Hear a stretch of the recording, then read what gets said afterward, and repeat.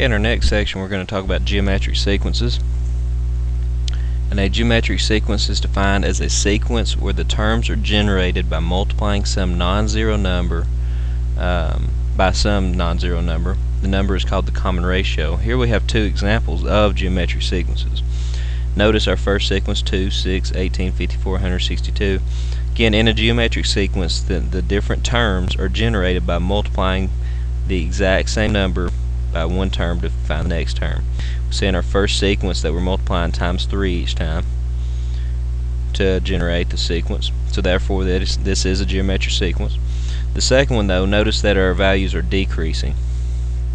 So anytime our values are decreasing, then obviously we must be multiplying by a fraction. So to get from 27 to 9, we know we divide by 3 to do that, or we multiply by a third. Same thing from 9 to 3, multiply by a third, multiply by a third.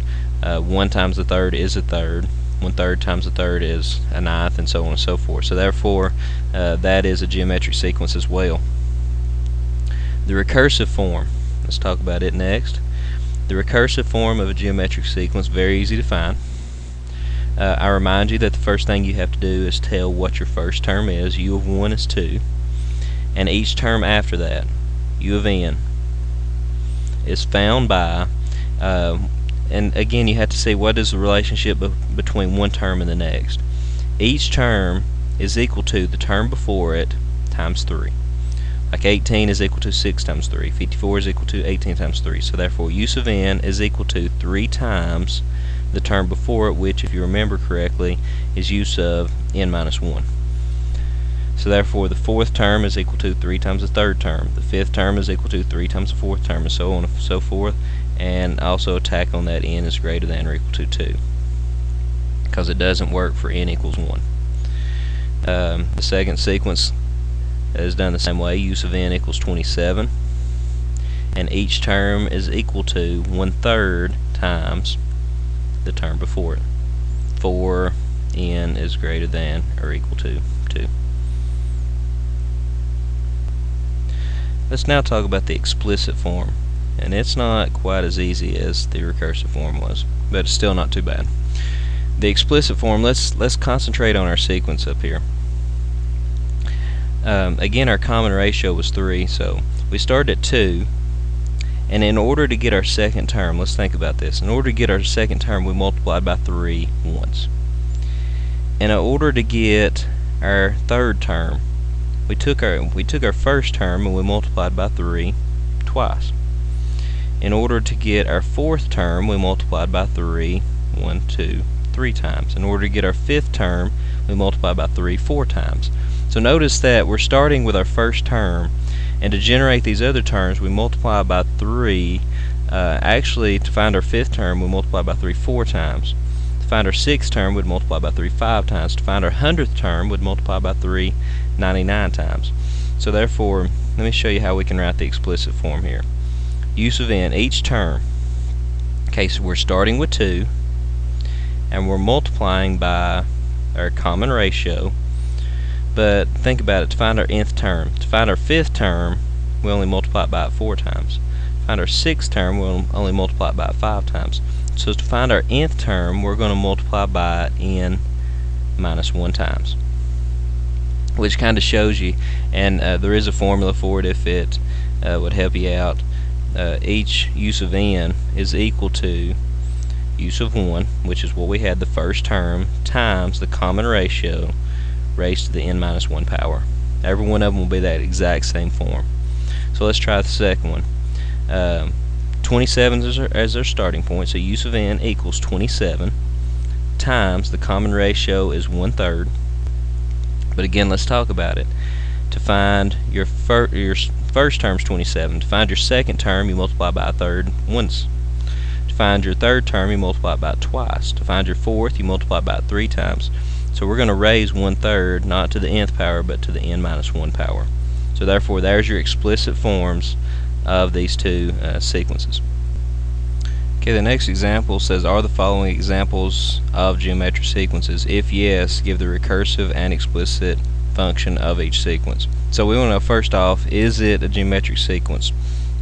So let's test the first one. If it's a geometric sequence, then we have to have a common ratio. So obviously our common ratio must be 2 here. Let's check to see if it is. 3 times 2 is 6, 6 times 2 is 12, 12 times 2 is 24, 24 times 2 is 48, so yes, we do have a geometric sequence. So therefore, again, it says if so, let's write the recursive.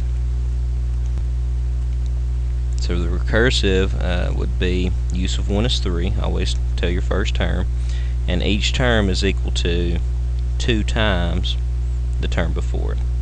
4 n is greater than or equal to 2. So there's your recursive form. Your explicit.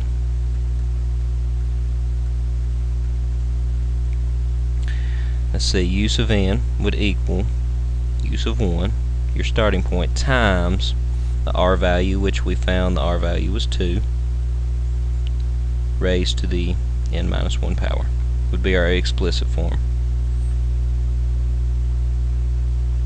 Let's check our second one now. If this is a geometric sequence, again, we have to have a common ratio. So 16 to 8, our common ratio would have to be 1/2. Let's check to see if it is. 16 times 1/2 is 8. 8 times 1/2 is not 2. So therefore, this is not a geometric sequence.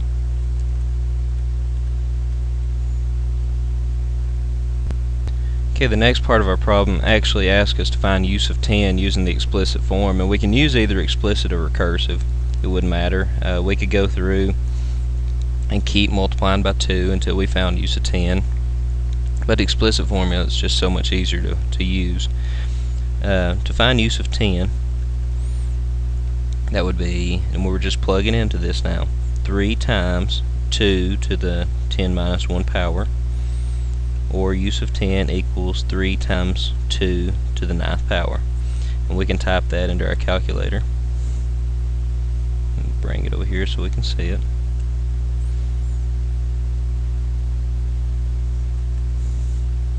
So let's do 3 times 2 raised to the 9th power, and we get 1,536.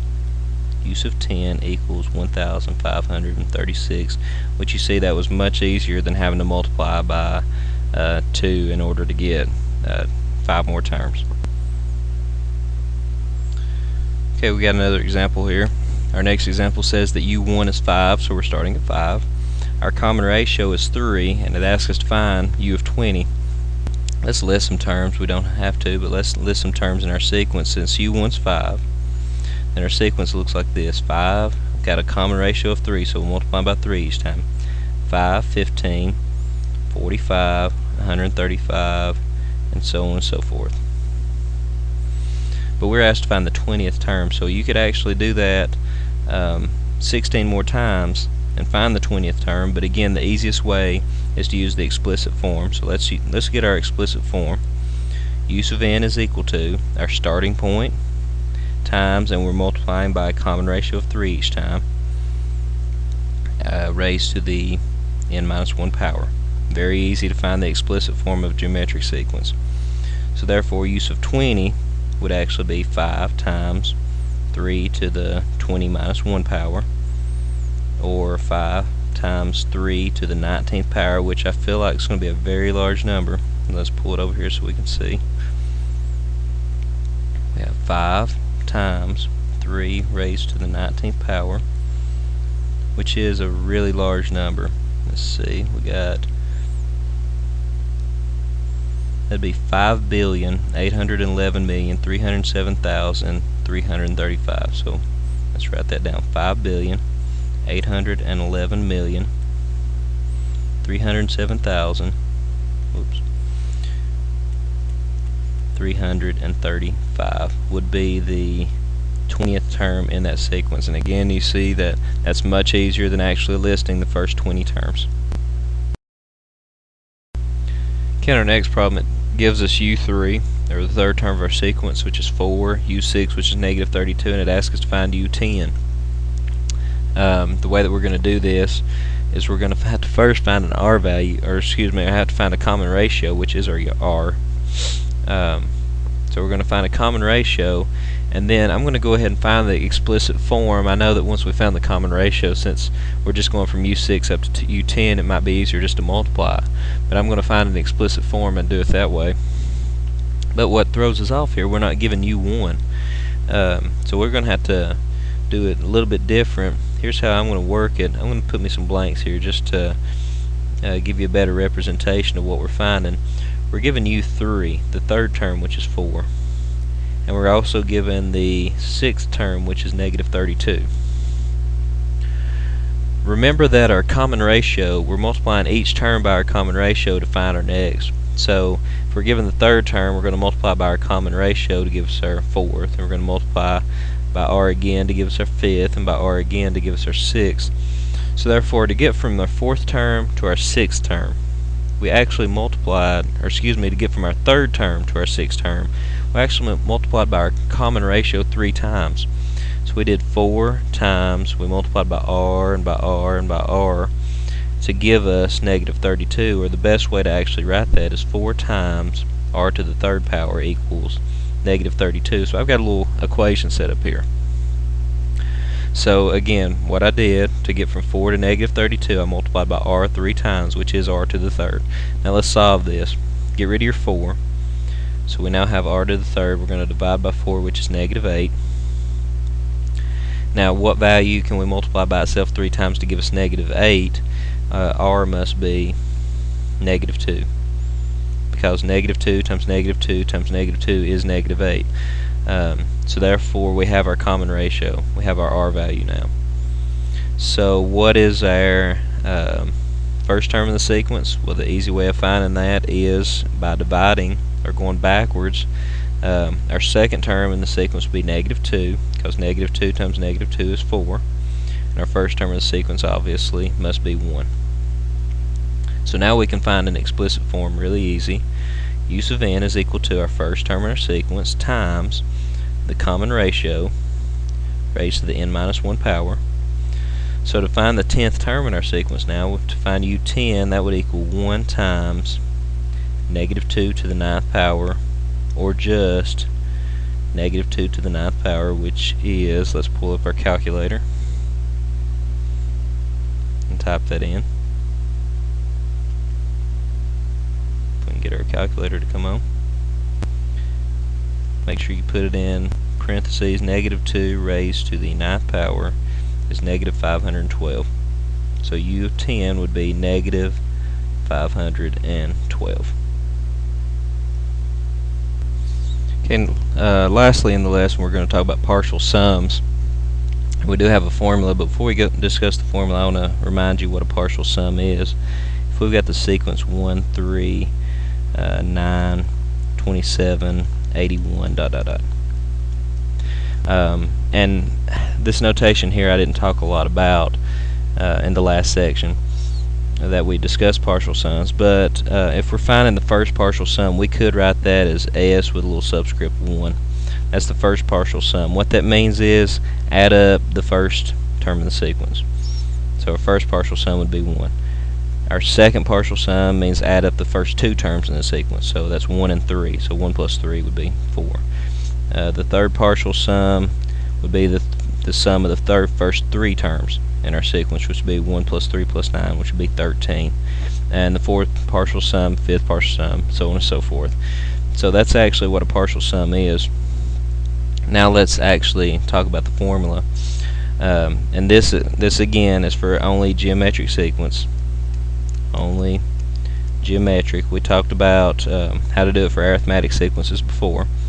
But to find the sum, the first kth, or the kth partial sum, the sum from the first term up to whatever term you're wanting to find, which we can write as s of k, is equal to the first term times, in parentheses, 1 minus r. When you see the r, you should know we're talking about geometric here. 1 minus r to the kth power. So if we're finding the 10th partial sum, first 10 terms, we'd do r to the 10th power, all divided by 1 minus r, where r is the common ratio. So let's work an example. Let me make one up real quick. What if we wanted to find, let's do the one we had a while ago, 1, 3, 9, 27, 81, ... What if I want to find the 10th partial sum? I want to find s of 10. or you might see that written as a summation from n equals 1 to 10, either way. So S of 10 would be use of 1, which is 1, times 1 minus R, which in this case R, your common ratio, is 3, raised to the, if we're finding the 10th partial sum, raised to the 10th power, over 1 minus 3, which is equal to, and let's use our calculator to find that, 3 to the 10th power is 59,049. So the 1 times, we don't really need the 1 times out here, so 1 minus 59,049, whoops,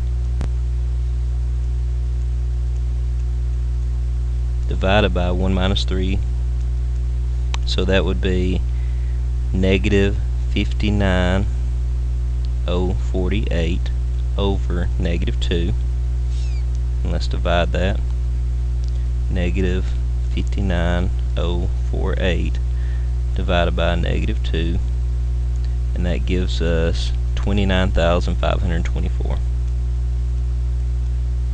would be the 10th partial sum of that sequence. Okay, let's work another problem. Next problem says find the summation from n equals 1 to 9 of 2 raised to the nth power.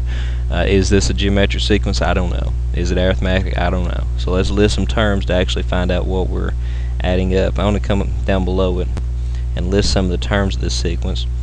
Plug in 1, you get 2 to the first, which is 2. Plug in 2, you get 2 to the second, which is 4. Plug in 3, you get 2 to the third, which is 8. 2 to the fourth, which is 16. So we see that this is going to be a geometric sequence with a common ratio of 2, a first term of 2, so this shouldn't be any trouble. So again, our formula for summing, because we want to add these terms up, we want to find the 10th partial sum. So S of 10 would equal, or actually we're not finding the 10th partial sum, finding from n equals 1 to 9, we're finding the sum of the first 9.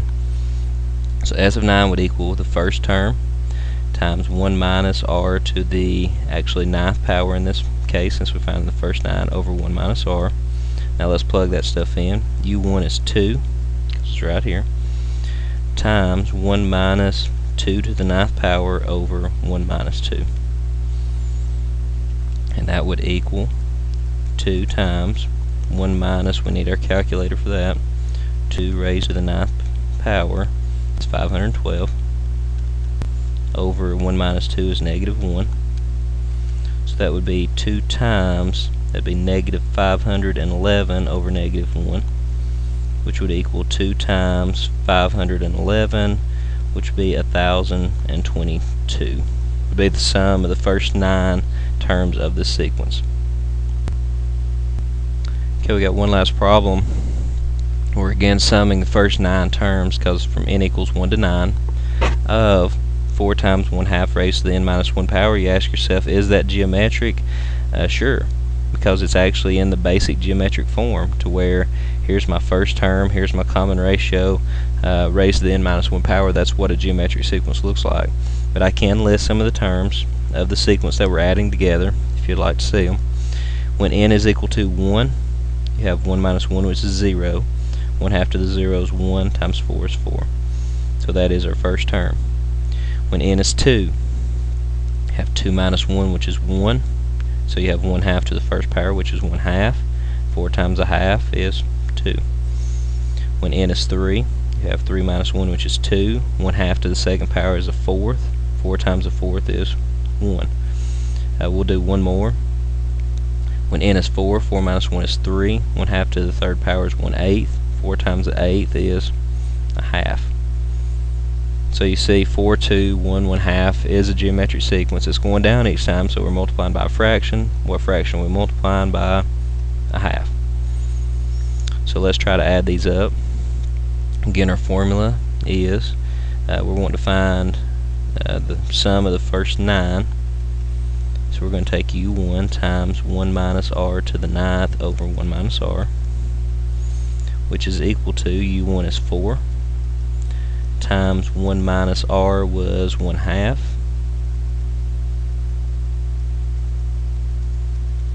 So let's plug all that in. So that would be 4 times 1 minus 1/2 to the 9th power. Let's type that in. And I can type that in as 0.5 raised to the 9th power. And what I'm going to do, I'm going to actually do the rest of that on my calculator then, because that is such a large number. Just as a placeholder, I'm going to put it here 0.00. I believe it was 1 or 0.0020 over 1 minus 1/2 is 1/2. So let's try to finish this out on our calculator. So we have 1 minus this stuff. So I'm going to put 1 minus, and we've got this little answer thing right here that instead of having to type all that in, 1 minus the answer. We got to divide that. Got to divide all that, which is this, by 1/2. So divided by the answer divided by 0.5. That gives you 1.996. And then that's what's in parentheses here. And I've got to multiply all that by 4, so times 4. Enter. So about 7. We'll call it 7.98. So nearly 8.